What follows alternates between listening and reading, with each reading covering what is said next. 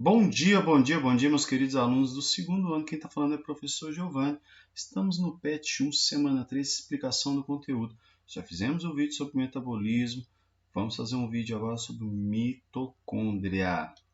Mas antes disso, inscreva-se no nosso canal. Se você já é inscrito, acione o sininho para receber notificação. Sempre sai um vídeo novo e deixe o seu like. Então, o tema é mitocôndria. Para a gente compreender a respiração, a gente tem que entender a mitocôndria, as partes dela. E aí, é claro, nós vamos aprofundar um pouquinho mais sobre ela, né?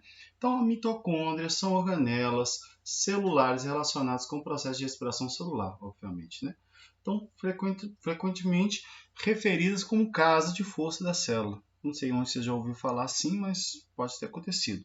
Pois por meio do processo de respiração celular, uma grande quantidade de ATP é gerada. Lá no vídeo sobre metabolismo a gente explica o ATP, tá bem? Então tá aí uma visão aí das mitocôndrias, né? Aqui tem um organelo, né? Um retículo endoplasmático rugoso aqui. Mas aqui são as mitocôndrias que a gente vê por aí, tá bom? Então tá aí ela, né, uma visão figurativa, cortada, como é que seria por dentro, aí isso aí a gente vê no microscópio de varredura lá, o microscópio eletrônico, né? Então nós temos aqui partículas sintetizadoras de ATP, que nós temos aqui, espaço intermembranoso, lembrando que ela tem duas membranas, tem a matriz mitocondrial, quando fala matriz mitocondrial está aqui, a crista mitocondrial é essa dobradura para dentro aqui da segunda membrana, lembrando que ela tem duas membranas, nós vamos ver que isso inclusive leva a uma dedução da origem dela, ela tem ribossomo próprio, tá? E também ela tem DNA próprio lá dentro dela. Inclusive, a gente vai ver que inclusive isso leva a uma característica da mitocôndria e algo que pode ser constatado para a espécie humana muito facilmente, tá bom? Tem a membrana interna e a membrana externa, tá bom? Vamos ver lá. As mitocôndrias são organelas de formato esférico ou alongado, parecendo aquele arrozinho, né? Encontradas em quase todas as células eucarióticas ou eucariontes. Em células procariontes, as mitocôndrias não são presentes. Grava isso, tá? Lembrando que célula procarionte só tem ribossomo. Só tem a mitocôndria e o ribossomo. As outras organelas não aparecem na procarionte, tá bom? Então, se destaca pela presença de duas membranas, uma mais externa e outra mais interna, que a gente chama de membrana externa e membrana interna, as quais estão separadas por espaço intermembranoso, que também atua na produção, né, da cadeia lá. Você vai ver porque aquela diferença ali no momento lá da respiração, aquilo atua também, faz diferença, tá bom? Então a membrana mais interna projeta-se para o interior da organela, formando as cristas mitocondriais, que eu mostrei lá no desenho. Essas cristas aumentam a superfície interna da organela e apresentam componentes que garantem a realização da respiração celular. Olha aí. Além disso, as cristas delimitam a matriz mitocondrial, que é aquela parte de dentro, né, da crista, que é formada por água, íons, enzimas e outras substâncias. Então tá aí aqui uma representação mais simplificada disso, que seria a matriz mitocondrial, e não, ela não é um caminhozinho assim, porque na verdade aqui tem a membrana que se prolonga para dentro. É uma coisa mais complexa um pouquinho, mas aqui uma forma mais simplificada tá legal. Tem a membrana interna, a membrana externa, e lá dentro nós temos a matriz mitocondrial, onde tem DNA, temos várias substâncias e várias outras coisas, né? Tem o ribossomo lá dentro, enzimas, enfim. Então tá aí uma outra visão dela. Viu que não é tão simples? Olha aqui, ó. Olha as cristas como elas se projetam para dentro. É um labirinto praticamente isso aqui. Tá? É claro que nós vamos fazer a representação de uma forma mais simplificada, né? Para a gente poder ter uma visualização melhor.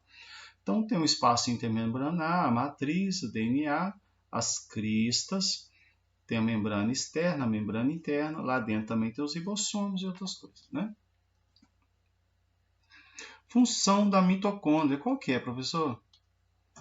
Então, a mitocôndria são relacionadas com a produção de energia para a célula, um processo conhecido como respiração celular. Nessas organelas ocorrem algumas etapas desse importante processo, que garante a oxidação de moléculas orgânicas e a produção de moléculas de ATP, adenosina trifosfato. Lembrando que tem no vídeo de metabolismo a gente explica ele bonitinho lá. Então, entrou a glicose vai ser quebrada, forma ATP, entrou agora na mitocôndria e aí começa o processo de produção de mais 32 ATPs. Né? Olha lá. Então, dentro da mitocôndria tem esse processo todo que é muito importante. Olha lá, entrou lá acetil-CoA, vai formar lá 2 ATP, ciclo de Krebs, mais 32 na cadeia respiratória, tá? Quando entra o oxigênio na história. E isso tudo é produzido nas cristas mitocondriais. Depois, quando a gente falar sobre respiração, a gente vai ver direitinho. Então, tem aqui uma glicose, entrou, aí ela vai ser quebrada, né, em vários momentos, mas vai liberar 6 gás carbônicos, 6 águas, né, isso tudo na presença de 6 oxigênio. Isso numa fórmula simplificada, porque não é desse jeito bem o cálculo não, né? Lembrando que a água é formada a partir do oxigênio e dos hidrogênios que são liberados da glicose. E o gás carbônico vem da glicose. O gás carbônico não é formado do gás oxigênio. E nem o oxigênio do gás carbônico lá na fotossíntese. Grave isso é importante. Tá? Então, quebrou o ATP, né? Formou o ATP. Né? Tinha dois fosfatos, formou um ATP. Aqui está errado, aqui, ó. Colocar ADP é ATP, 38 ATPs. Então, o número de mitocôndrias pode variar dentro dos tipos celulares. Né? Como assim? Porque tem célula que produz que precisa de mais energia. Por exemplo, os músculos, os neurônios, os espermatozoides, muitas vezes, precisam de muito lá no flagelo. Só que tem um detalhe importante nessa hora que a gente há de destacar, hein? A mitocôndria do espermatozoide não é herdada pelo filho. Como assim, professor? A mitocôndria está no flagelo do espermatozoide. Quando o espermatozoide fecunda o óvulo, ele perde o flagelo. Então você herda a mitocôndria apenas da sua mãe, tá bom? E isso faz com que nós tenhamos uma identificação fácil da mãe através do DNA mitocondrial. Nós vamos ver isso daqui a pouquinho por quê. Então, nessas células, a maior quantidade de mitocôndrias está na peça intermediária, né, que faz a locomoção.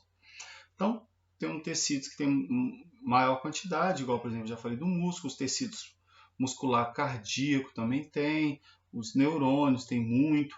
Então, tá aí, ó. Isso aqui é um músculo, né? Aqui, ó, são as fibras dos músculos. Olha o tanto de mitocôndria aí para poder dar energia nesse processo todo aí, tá? Esse aqui já é um neurônio. Olha o tanto de mitocôndria que está lá. Para que tem esse tanto? Para produzir energia, porque o neurônio gasta muita energia. Pensar gasta energia, tá bom? Então, a teoria endossimbiótica. O que é isso, professor? Está falando sobre mitocôndria, agora vem com uma palavra sem nada a ver. Beleza, vamos entender. Isso fala sobre a origem da mitocôndria na história evolutiva. Quando que ela surgiu? Então, e também o cloroplasto, tá? Lá no cloroplasto nós vamos falar de novo. É explicada, né, por meio da teoria endossimbiótica. Como assim, professor? Porque a mitocôndria ela parece muito algumas células procarióticas antigas aí.